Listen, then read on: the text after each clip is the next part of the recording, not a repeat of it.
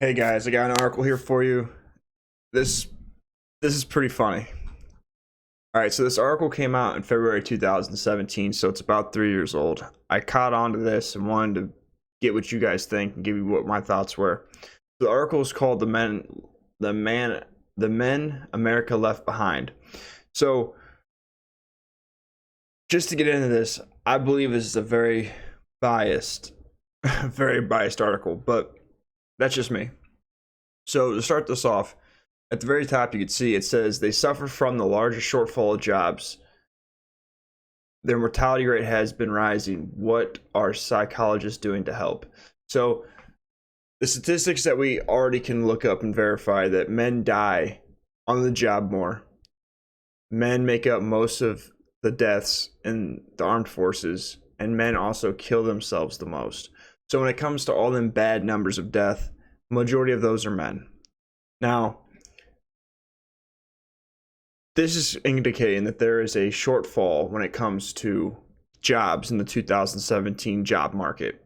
Now, here in 2020, there's the virus that's going on and there's other things that are going on, but this is what this article is talking about. For as long as America has been a country, the straight white male has been a king of the hill. So not only are they starting into this article with a gender bias and a race bias, just to start off, so you know in the first sentence, it's going to get good by the end. I'm not going to get too much into the weeds because in the second article, it goes down to the shift might have been a factor in the 2016 political race with Donald Trump vowing to make America great again. So with that being said, there's already the Trump, the white man, already not good. Now, that's not what I really want to get into because that's not too important, but as you can see also in that same part of the article, it says with the globalization and automation and evolution of manufacturing, the increase in disparity of both income and wealth, there are all kinds of things going on that are devastating impact on white working class men, he says.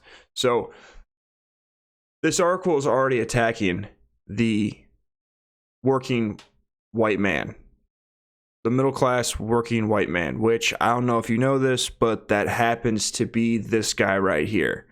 I know I don't look as if I'm a working white man, but I know I am. It is. It's okay. You guys can make the judgment for yourselves, but I see myself in the mirror every day. That's what I am. Not to say that I have a bias, but as we get down into the article, they've referenced Trump and Hillary. The white man. Not good. It's not a good article so far.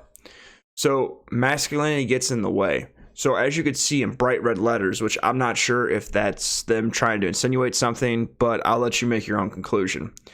As it gets into this portion of the article, it says endorsement of traditional gender norms can be the challenging issue to address, says Livent. In many ways, masculinity is the problem, and it also goes in the ways of solutions. So it gets in the way of solutions. I apologize. It's been a rough day. So already, white men, working class men, masculinity bad. So if you are a white man, this article is making you feel like you should be slitting your wrist. And when I say slitting your wrist, I mean smashing the like button and hitting the subscribe button. But it also talks about the traditional male norms, for example, is to avoid all things feminine, yet some of the fastest growing occupations in the United States are in fields traditionally embraced by women, such as child care, healthcare, education, and food preparation. Men who strongly endorse these masculine norms probably wouldn't consider it a pink collar occupation, he says. A catch-22 for men who are unemployed and struggling to find a place in modern society. So the working class man is considered to be a blue collar man. So they're already talking about the blue collar man and how he is, I'm assuming, uneducated to be a pink colored man. Now that hindsight is 2020, I want to let it be known that the only occupation out of those 4 that are named in this article are not working right now because they're not considered to be essential. Healthcare workers are working, but teachers are not. Daycares are not open. And food preparation, I guess they are working, but restaurants are closed. So I'm assuming that that niche is thinner, I would assume.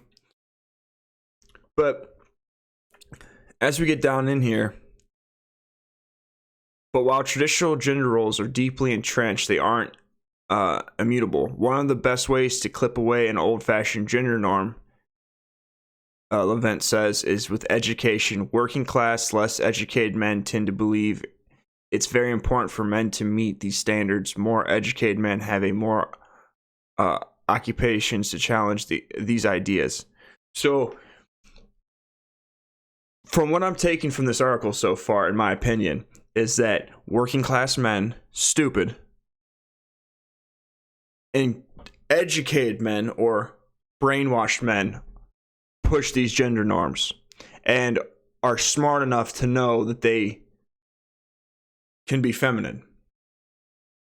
Which, this picture right here is funny because that right there is a working class man. Any person that's been on a construction site has a hard hat and has to wear a hard hat because of OSHA. You can get fined big money for that.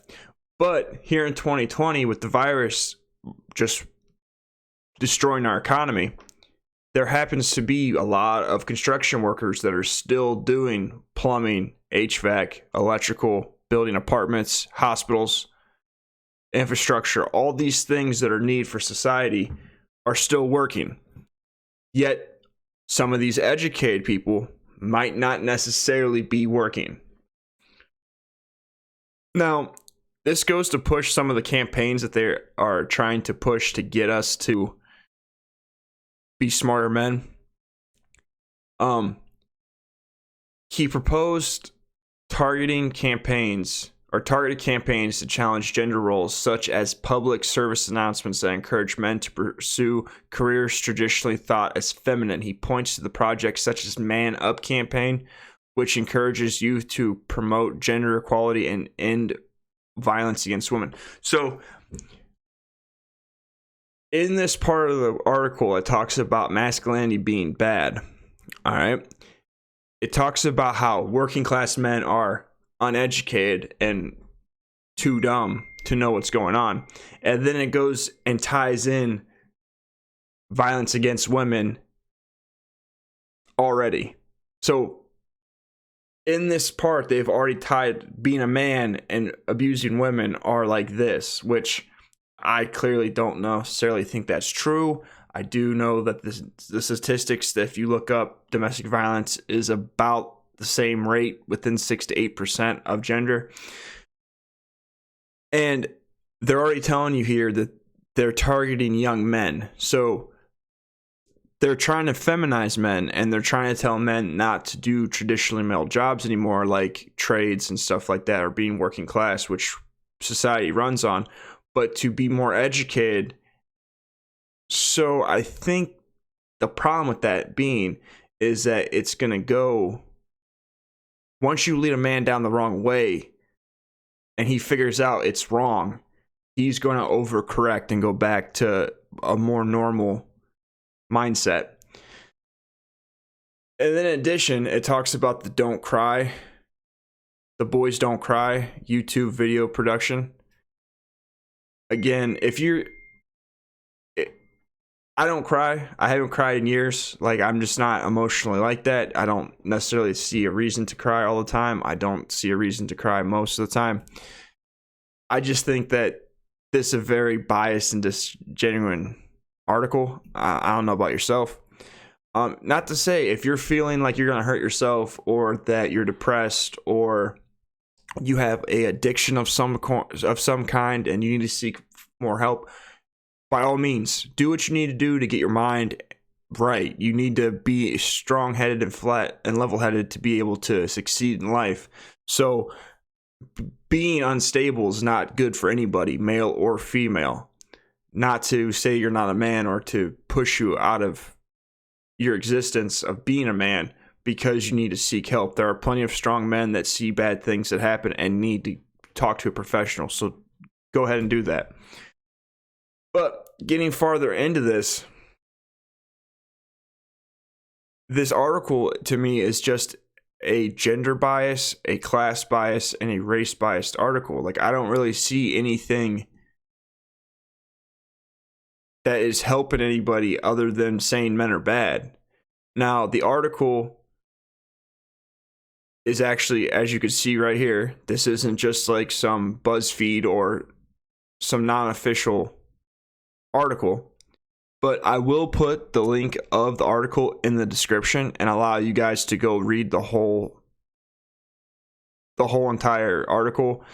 Something that I'm just noticing now is that the total gender gap of 24% points in the Trump-Clinton election, like, they're pretty much saying, I'm assuming, or at least what I'm getting from, is that dumb, uneducated working people voted for Trump and society is bad because of that, and they're white men. So